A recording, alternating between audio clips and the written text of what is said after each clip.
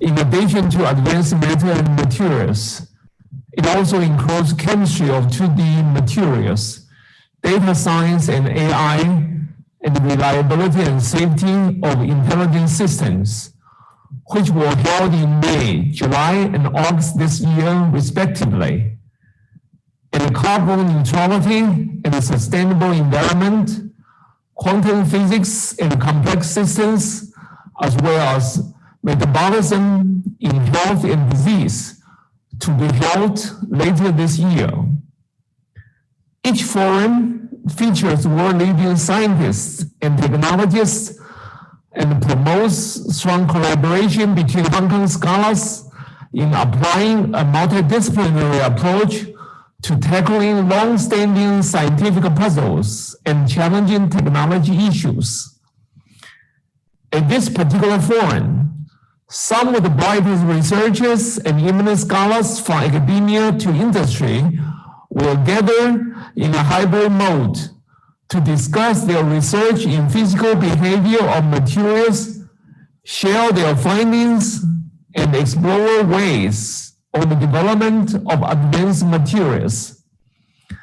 I hope all the participants of the forum will find the talks and discussions stimulating and inspiring and have meaningful takeaways after the conference that will encourage more profound and deeper research in advanced matter and materials. CTU is committed to educate the leaders and professionals who will be involved in shaping the future. Therefore, it is an honor for us to hold such a forum.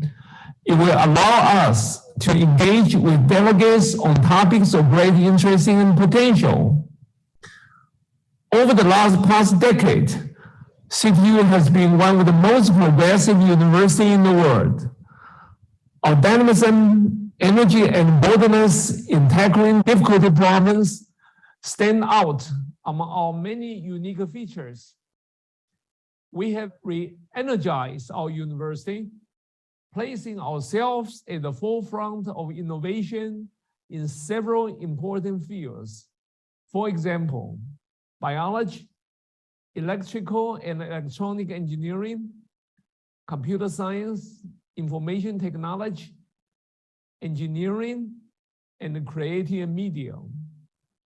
At the same time, we have identified 5 strategic research themes in which we can play a leading role. They are matter, brain, smart city, digital society, and One Health. To support all our innovative and strategic initiatives, we launched a 10-year comprehensive capital campaign in 2014 to raise 2.5 billion Hong Kong dollars for strategic needs and priorities. We are seeing encouraging results so far, despite the COVID-19 pandemic. I hope you enjoy the forum. Thank you.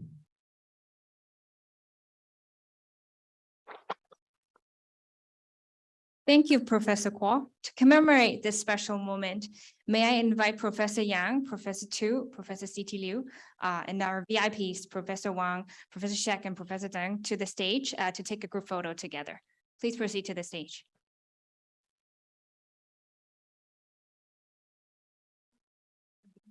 And as well as the organizing committee members.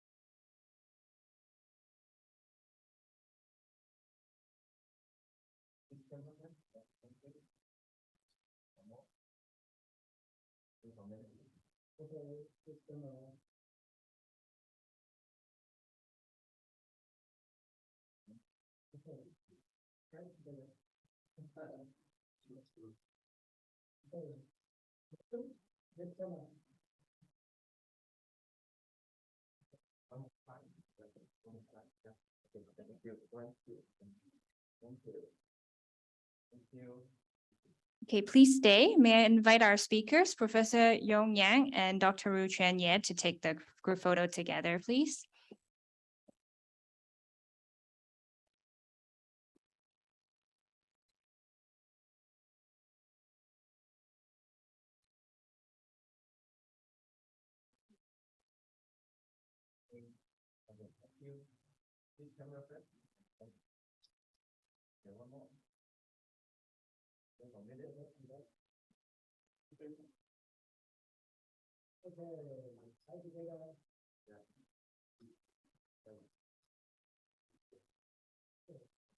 Last but not least, may I invite all students to join the group photo. So please come on up to the stage. Yes, everyone. Yes.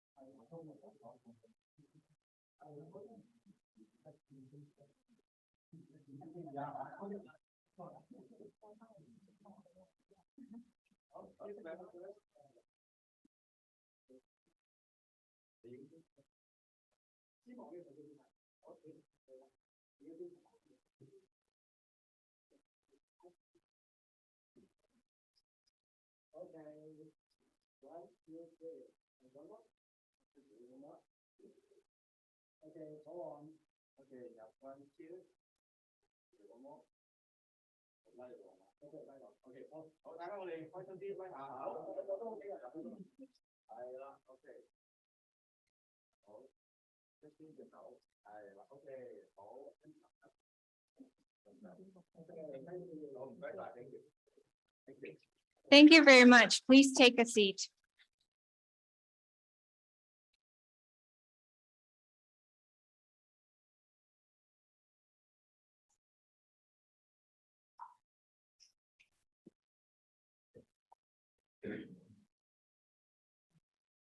Thank you very much for joining the opening ceremony. To kickstart the forum, I would like to invite Professor King-Ning Tu, the chair for the coming session, to the stage. Professor Tu, please.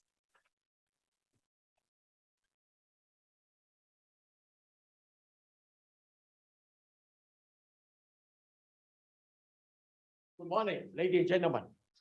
Welcome to the Forum on Advanced Matter and Materials.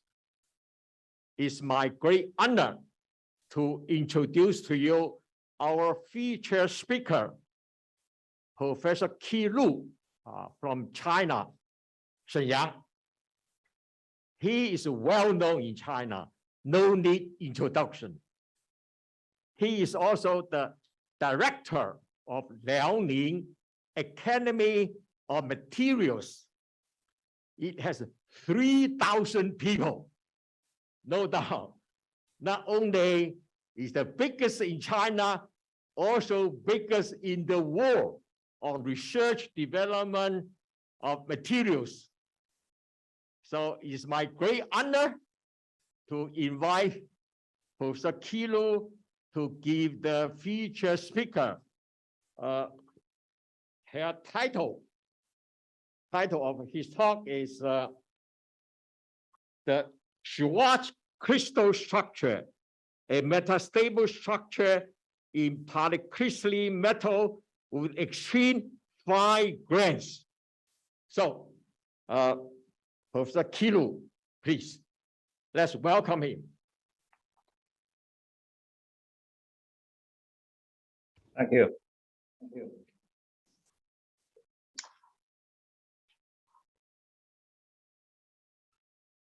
Thank you, Professor Tu. Thank you, Professor C.T. Liu, for your very kind invitation. It's really a great honor for me to give this presentation online. Can I start my PPT file?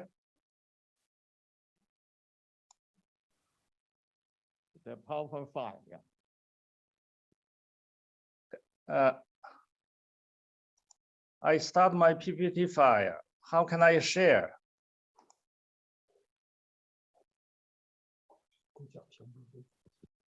Hello, Professor. Please click this button, share screen. Okay.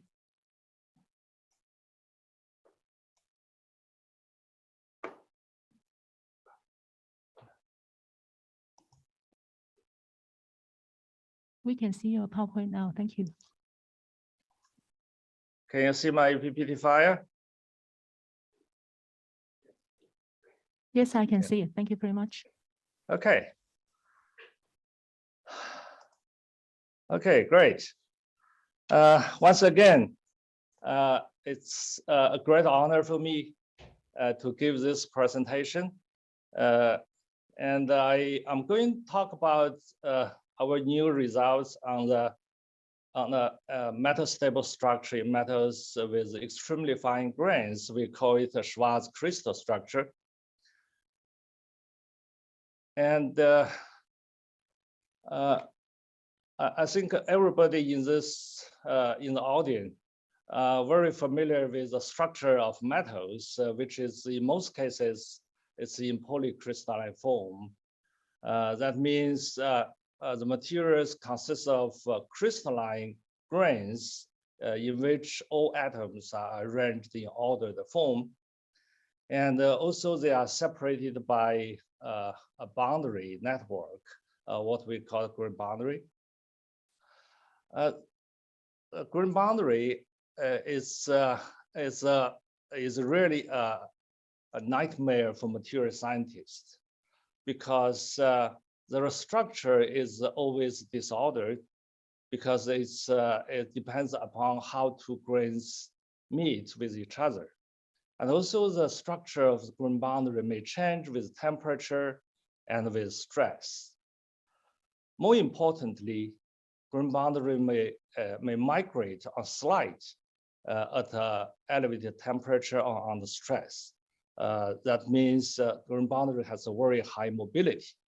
In this sense, grain boundary is even more difficult to study than surface. As you know, Professor Pauling said God created the solid, the crystal. Surface were invented by Devia. Grain boundary is even worse than surface. This can be seen from the nanostructure materials in which it contains a very high density of grain boundaries in the materials. The good side is nanostructure metals or nano-grain metals can become very strong because of the grain boundary, which can resist dislocation motion. Here I show you the pure nickel. If you refine grain size of pure nickel down to nanometer regimes, say about 10 nanometer regime, the strength can be elevated by 1 order of magnitude. However, the nano grain metals are very unstable because of the mobility of grain boundary. When you increase temperature, the grain boundary will move, will migrate. That will lead to grain coarsening. in other words, at a relatively higher temperature, nano-sized grain will not exist. Basically, with a decrease of grain size, the thermal stability on the grain constant temperature will decreases. When the grain size decrease close to the about 10 nanometer or so, most pure metals, the grain constant temperature were very close to room temperature. That means you cannot simply keep your nano-grained metals at room temperature for a long time. In addition, grain growth will occur under stress. If you deform, if you stress your nano-grained metal, grain also will grow. The reason for that is grain growth dynamics is very much depends upon the two factors. One is the grain boundary mobility, which is controlled by temperature, by jumping frequency of atoms. Another is controlled by the driving force, which is basically composed of grain boundary curvature and grain boundary energy. When the grain size becomes smaller, usually the grain boundary curvature will increase because it is proportional reversely to the grain size. So when grain size are reduced down to the nanometer regime, the grain growth velocity will increase considerably. This is why nano-grained metals are very unstable. How to make them stable? There are basically two strategies. The first one is, as you know, we can use grain boundary chemistry, or we can say we can use grain boundary segregation to stabilize the nanograins. That means you can dope the grain boundary with foreign atoms or foreign phases at the grain boundary, so that grain boundary migration kinetics are slowed down. This can be illustrated in the recent publications from several groups, including Professor Chris Shu group. They calculated the thermodynamics and the kinetics of the thermodynamics of the grain boundary segregation versus the mixing thermodynamics. It's very much depending upon which kind of element you are using. For some elements that can that they have a higher tendency to segregate at the grain boundary, so this can make nano-grain structure stable. But for others, the atoms like to stay in the grain that will not stabilize the nanostructure. The second strategy is to use a low energy boundary, or we call the grain boundary crystallography. That means you may replace the conventional grain boundary with the low energy boundary, such as twin boundary, low angle boundary. For twin boundary, as you all know, if you replace the high density of grain boundary with the very low energy twin boundary, we form this kind of nano twin structure that was reported many years back. The nano twin structure is very stable. The grain crossing or migration of the twin boundary may not occur when temperature is below about 80% of the melting point, which is much higher than that of conventional grain boundary.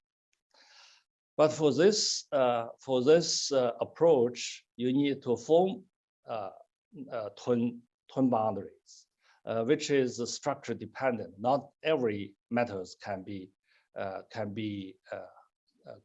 introduced with twin boundary. You can also use low angle boundary. Low angle boundary, here I show you a simple tiered twin boundary, which is basically an array of dislocations, edge dislocations. When you introduce these low angle boundaries, you may increase their strength as long as the boundary spacing is small enough. But also the thermal stability is high because this is a flat, low energy boundary. What about high angle boundary? The conventional normal boundary with higher misorientations.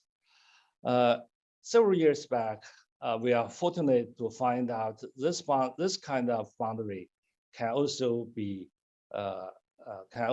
relaxed into low energy state. We find out when grain size of pure copper is refined down to several tens nanometers, specifically below 70 nanometer, the grain boundary structure will relax themselves into a low energy state so that the grain boundary stability can be enhanced. Here we show in the center picture, we produce a gradient nanostructure in pure copper. On the very top, we can form a grain size something like 40, 30 nanometers, and the grain size increases with increasing depth. We find out by heating up the whole sample, we find out the grain coarsening occurs not first in the top surface layer with the smallest grains, but around about 100 nanometers in the subsurface layer. So that we find this kind of abnormal thermal stability, which is thermal stability up, down, going up. The reason for that is for the grain size below 70 nanometers, there is autonomous grain boundary relaxation or grain boundary dissociation, which is induced by interaction of partial dislocations with grain boundary. When a partial dislocation interacts with a conventional grain boundary, Professor Seidman calculated and observed that some certain type of grain boundary may dissociate into two boundaries and the stacking force. The original grain boundary energy will be reduced. Now the key question is, how can you have these partial dislocations? We calculated the critical grain size for Frank Reed soils for full dislocation manipulation in copper, and I find out when grain size is smaller than 70 nanometers, the plastic deformation mechanism will transform from full dislocation sleeve to partials. So this explains very nicely our observation that when grain size is smaller than 70 nanometers, grain boundary may relax by themselves during the plastic deformation. So some people will say, because our sample was treated by surface mechanical alteration, some people are wondering if this abnormal thermal stability is induced by impurity. That means the processing may introduce certain types of impurity atoms in the surface layer, so that will create this thermal stability increase. Recently, we believe this is not because the whole processes were treated at a liquid nitrogen temperature. At this temperature, the diffusivity of impurities is extremely low, so we believe the surface is very clean. But for to verify this point, we make an additional study by studying the pure copper with different purities from 2N to 6N. the thermostability of the relaxed grain boundary and the unrelaxed grain boundary. For the conventional unrelaxed grain boundary, one grain size is about 100 nanometer, which is above the 70 nanometer critical size.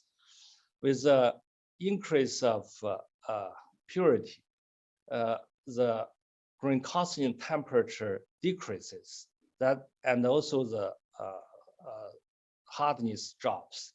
This is consistent with our common knowledge because with a higher purity, there are less impurity atoms to pin down the grain boundary, so that the grain boundary mobility is increased. But for grain size below 70 nanometers, in which the grain boundary are relaxed, we observe opposite effect. With the increase of purity, the grain calcium temperature increases, which is just opposite to what we observed in the unrelaxed. This is a very nice verification of our observation of grain boundary relaxation in the nano grain copper. Now the question is, if we extrapolate the grain size from 100 nanometer or 70 nanometer all the way down to the extremely fine grains, say 10 nanometer, what kind of structure they will form? What is the thermostability?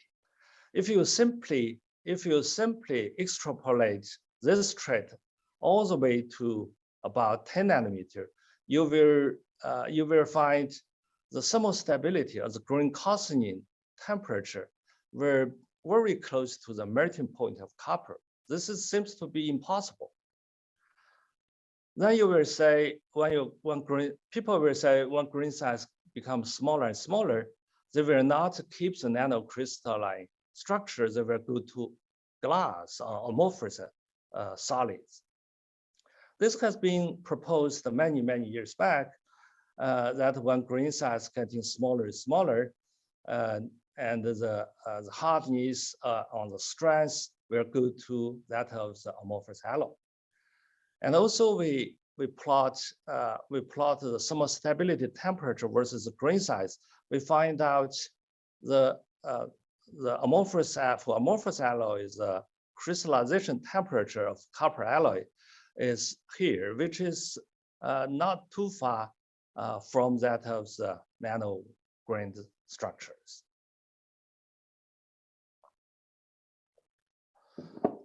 So another question is, can we really refine our pure copper sample down to grain size below 10 nanometers?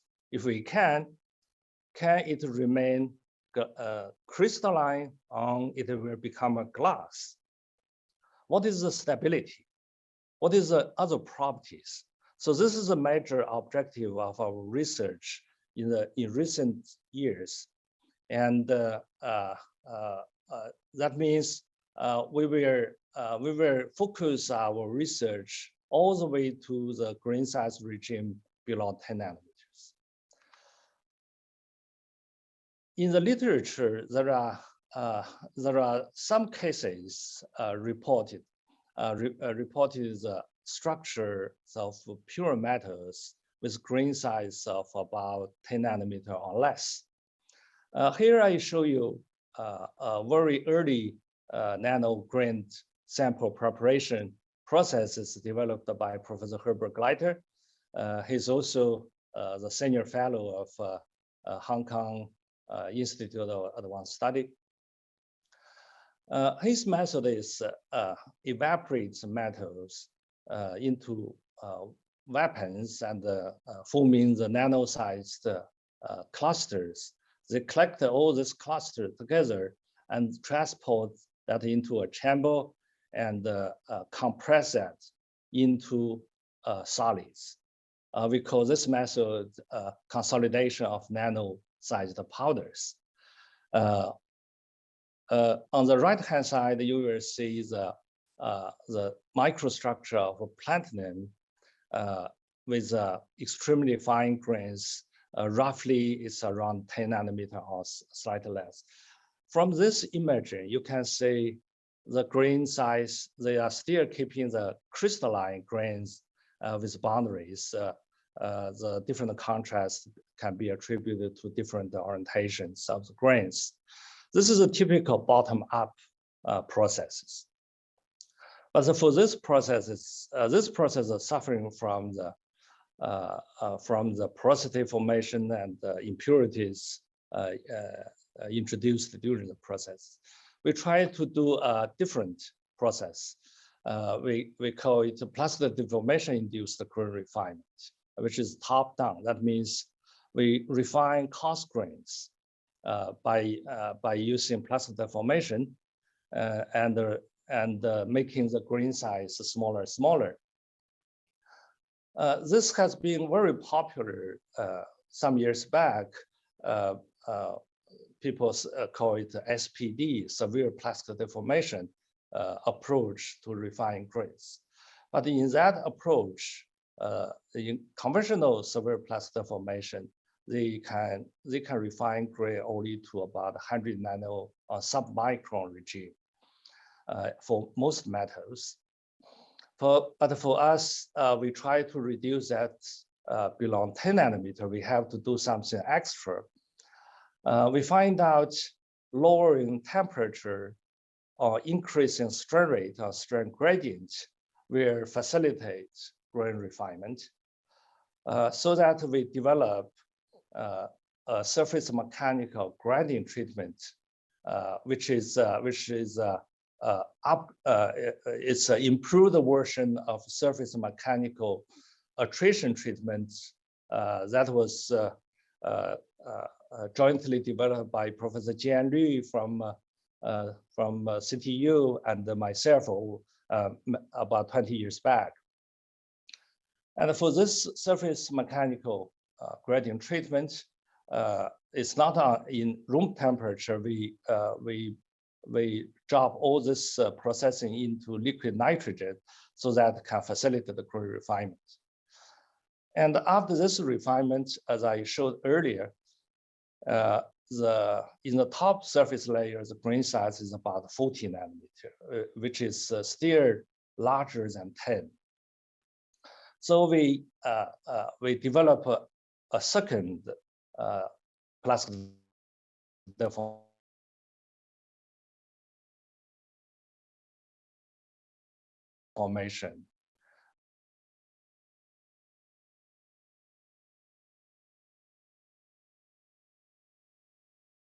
And high pressure torsion chamber and twist it. And eventually, after a very high degree of deformation, we end up with extremely fine grains, as I show in the left-hand side, right-hand side. In this image, you can see there are extremely fine crystalline grains, which is about some are 2 nanometers, some are 5 or slightly larger, and at least they are below 10 nanometers. And the crystalline structure of the grains is very clear from the atomic imaging. But between these grains, 2 grains, there are some disordered regime, which looks like amorphous. But by tilting the sample, we find out they are not amorphous. They are also crystalline, but on the specific orientation, they are not in the right imaging condition, so that you cannot see the lattice image. So this is a fully crystalline, and with grain size below 10 nanometers. If you zoom in each grains, you will find each grains is simply perfect single crystal. On the left-hand side, you can see this tiny grain is a perfect grain, crystalline grain FCC structure. It can be like a single crystal. The shape of this grain is looks like a part of a Kelvin Kelvin polyhedra. The Kelvin polyhedra I show on the right side. So the projection of this Kelvin polyhedra exactly coincident with the grain image we observe. The only difference is the corner atoms are missing. We cannot observe the corners. That means the corners atomic columns at the corner cannot be imaged. Some grains are twin-free as a perfect crystal, but some grains have twins inside. Basically, on the right-hand side, we show a grain contains 3 twin boundaries. Within such a small grains, there are 3 twin boundaries. That means the twin density is very high. Also, it can be reconstructed with Kelvin polyhedra. It's truncated octahedra, or we call the Kelvin polyhedra. If you look at in a large scale, we find out the structure of our extremely fine grains is like this. It's a worm-like, like worms within the sample. And if you blow them up, you will see each grain, not grain, is basically there are chains of grains. The grains are forming chains. They are connected with each other, separated by either long angle boundary or twin boundary. That means within each chain, the individual grains have similar orientation relationship. So this is this kind of structure we have never seen before in the crystalline metals. And so our observation is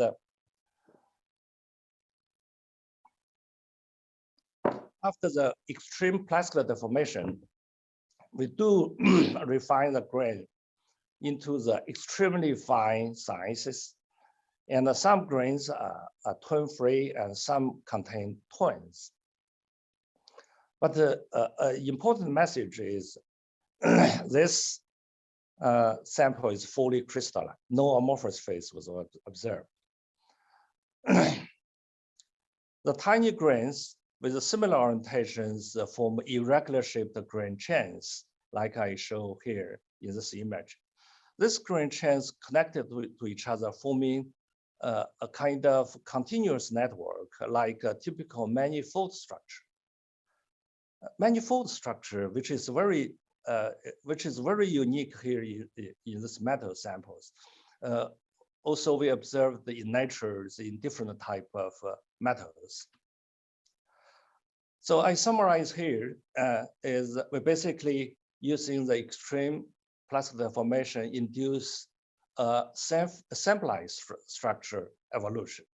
What we call the self-assembly is the grain size reduced by themselves. We are not artificially form this grain structure, but the grain structure are formed by themselves. So the grain size can be refined with surface mechanical iteration down to grain size around 100 nanometer or less. But with liquid nitrogen high temperature, liquid nitrogen high pressure torsion, we form this kind of worm-like structure.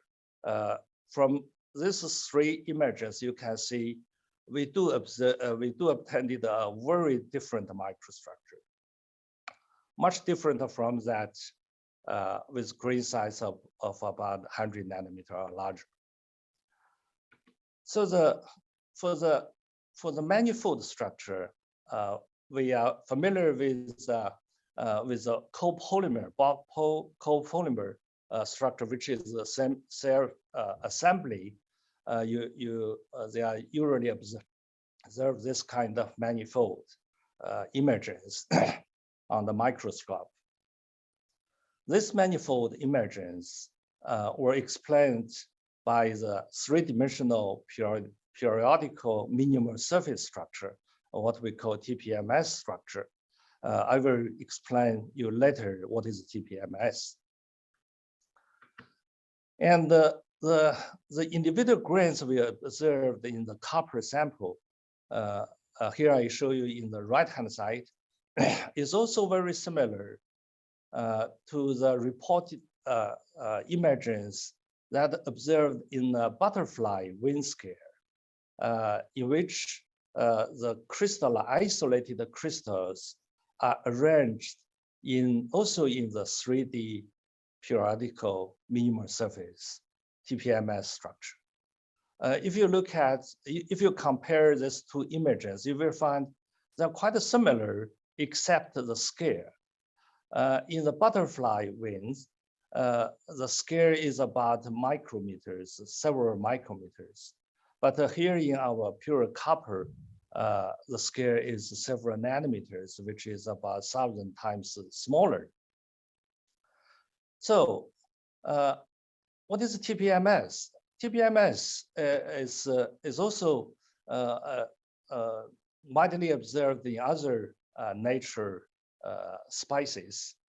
Here I show you a very recent publication in Science. The authors studied the starfish, knobby starfish. They studied this biomineralized skeleton of the starfish by using the synchrotron beamline, and they find out this skeleton is basically a TPMS structure, which has a specific crystal orientation. And the calcite, the calcite crystals, they grow on this TPMS structure. They have a special orientation relationship. The unique thing is the authors measure the average, the mean curvature of this skeleton, and find out this skeleton, everywhere in this skeleton, they have a mean curvature zero mean curvature. This is a very unique features of TPMS. What is TPMS? We should start from the minimal surface structure, which is well known if you look at the soft film. Soft film is a typical minimal surface. That means if you under certain conditions, the bubbles, the film has formed this kind of surface. A distinguished feature of this minimal surface is the mean curvature is zero everywhere on this minimal surfaces. But this is on the soft film. How about in the 3D structure? This actually about more than 100 years ago, a German mathematician discovered this minimal surface can be formed periodically in 3D. His name is Hermann Schwarz. He basically discovered the two simplest 3D periodical minimal surface structure. One is this P surface, one is D surfaces. Actually, another surface is G surfaces, which in the nature, in bio species, they usually form this kind of G surfaces. So that means this kind of three-dimensional periodical minimal surface can fill the space, fully filling the space, three-dimensional space. Then the question is, can this 3D minimal surface, can they form in polycrystal metals? On can the grain boundary be formed into 3D TPMS? In 2D, we can easily imagine that a very flat boundary, like a twin boundary, is a minimum surface with a curvature, mean curvature equals 0. But in 3D, it's not easy, but it's possible. For instance, in the image on the right-hand side, we can have this mean curvature, have this specific surface with the mean curvature equals 0. But in conventional grains, they cannot be formed. For instance, in the upper images, in most grains, they have extra curvatures. Dr. Porters and Esterin stated in the textbook of material science said that theoretically, it is possible to have the mean curvature equals 0 in 3D polycrystal. But in real random polycrystalline, there are always grain boundaries with a net curvature in one direction, at least. So that means this 3D minimal surface structure is very difficult to form in polycrystal matter. But as long as they form, if you look at the grain boundary mobility equation, here you can see the curvature grain boundary curvature edge. If this structure is formed, edge will be 0. That means they don't have a velocity, a grain boundary velocity. That means the grain boundary will be stable. The question is, can they form this kind? So now our study turns to a very important question. It is that if what we obtained in the pure copper sample is a 3D periodical minimal surface structure with a 0 mean curvature. A very direct measurement of this to approve this question is we measure the grain boundary curvature. But at this small scale, and also for grain boundaries, there is no technique to measure grain boundary curvature so far. So we have to do something else to understand what this structure is.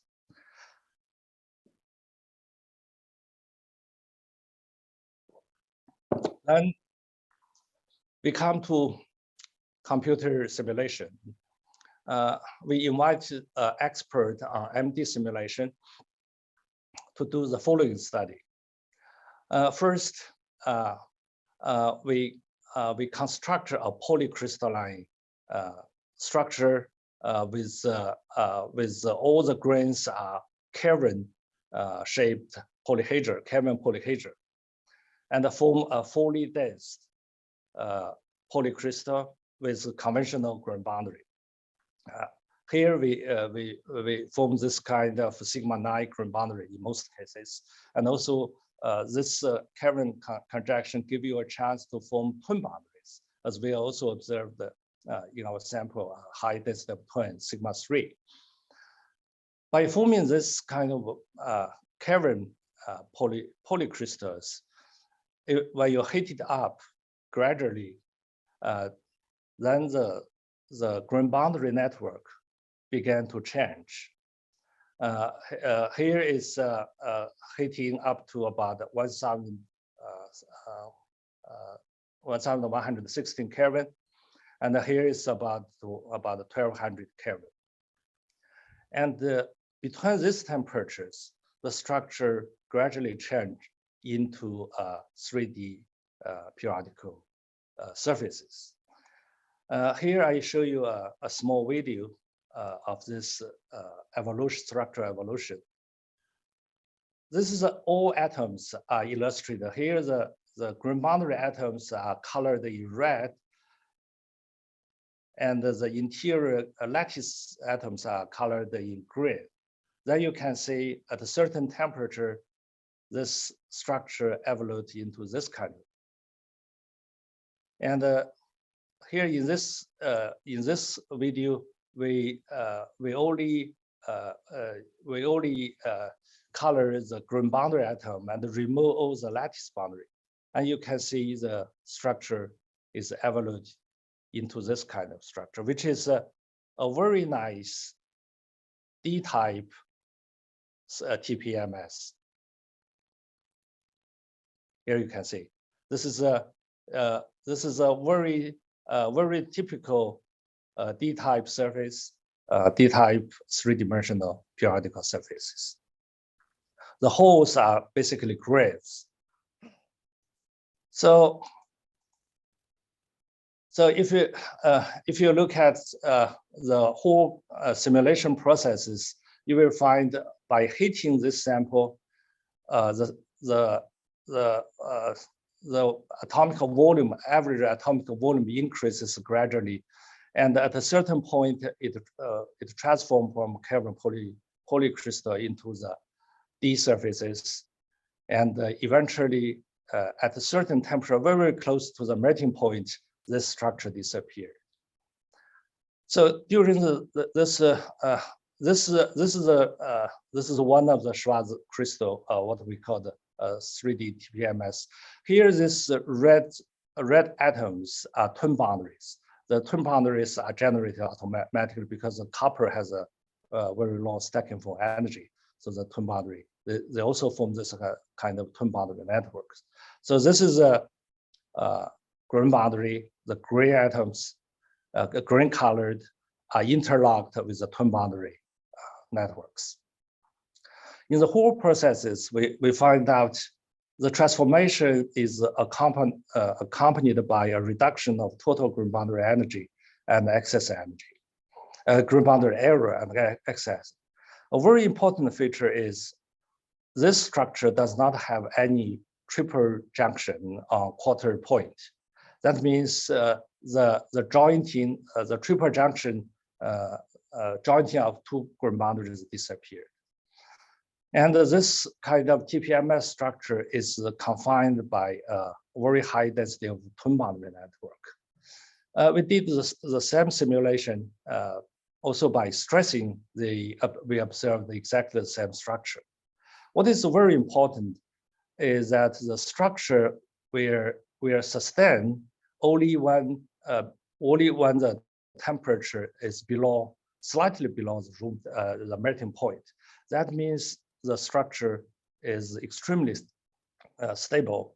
Its stability temperature is close to melting point. Here is we compare the imaging of our computer simulation at a certain orientation, compare that with our TEM observation, high resolution observation. We found they are quite consistent. So we believe this what we obtained experimentally is D-type Schwarz D surfaces. This is a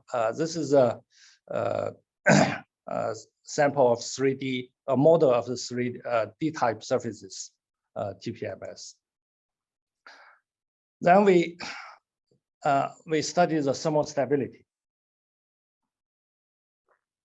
to see if this extremely fine grains have similar thermal stability as we observed in MD simulation. As we say here, for grain size of 80 nanometers, the grain constant temperature is about 400 Kelvin. When we decrease grain size to 50 nanometers, the grain constant temperature increases to about 60 nanometers, 600 Kelvin. Decreases further to 25 nanometers, the grain constant temperature can be close to about 1,000 Kelvin. But for the extremely fine grains, when grain size is below 10 nanometer, we do not observe any grain constant below 1,357 Kelvin, nearly full. This is a melting point. This is a annealing temperature, 1348 Kelvin for 50 minutes, which is only about 9 Kelvin, 9 degrees below melting point. That means, and at this temperature, we still observe the extremely fine grains. The grains are also in this type of specific shape contain twin boundaries. That means this kind of grains are really, really stable. So if we plot our grain crossing temperature measured and the MD simulation result, we find out, we extrapolate this thermostability temperature with grain size all the way to about 10 nanometers. We find out this thermostability temperature is almost the melting point. It's about 97%. This is amazing.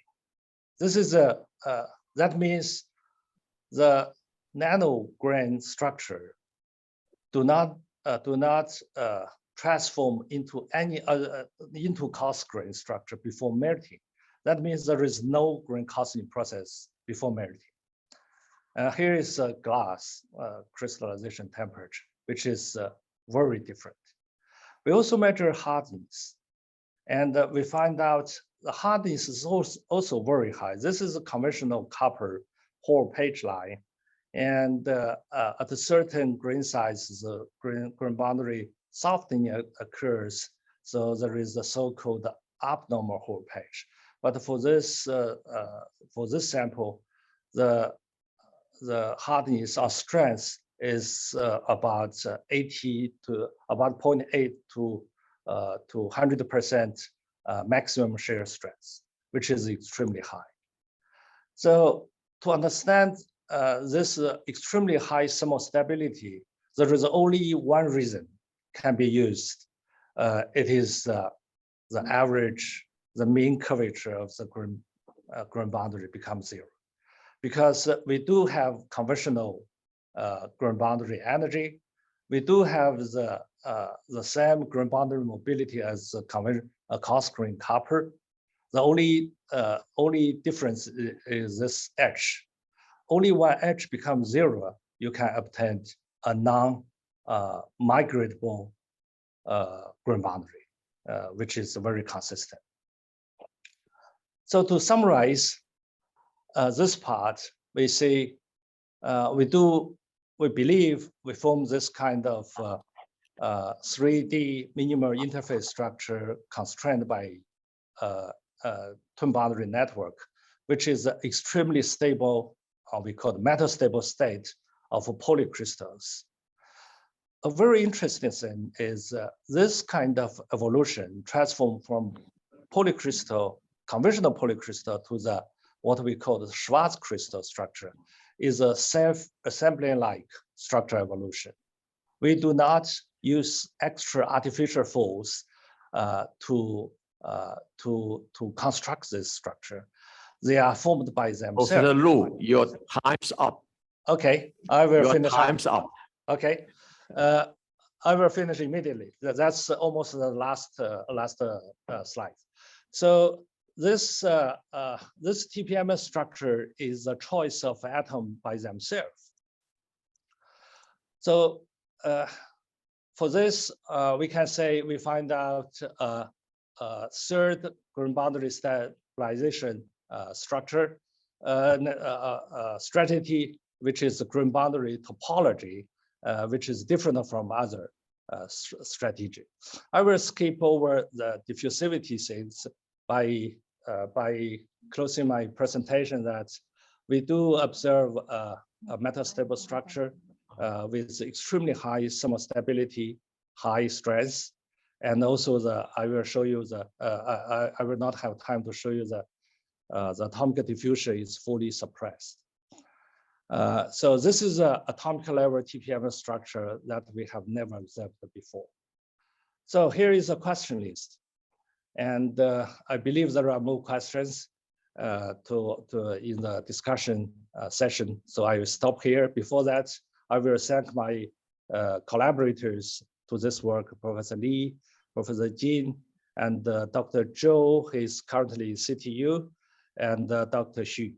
Thank you very much.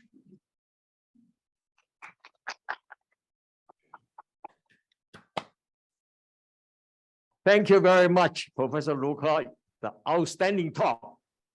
However, your talk on nanocrystal copper highly interested here, yeah. But because of time, we will not allow question. Sorry about that. And we need to go to another invited talk by Dean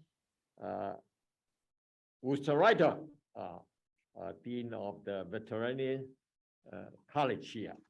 Yeah. Please. Thank you. Thank you.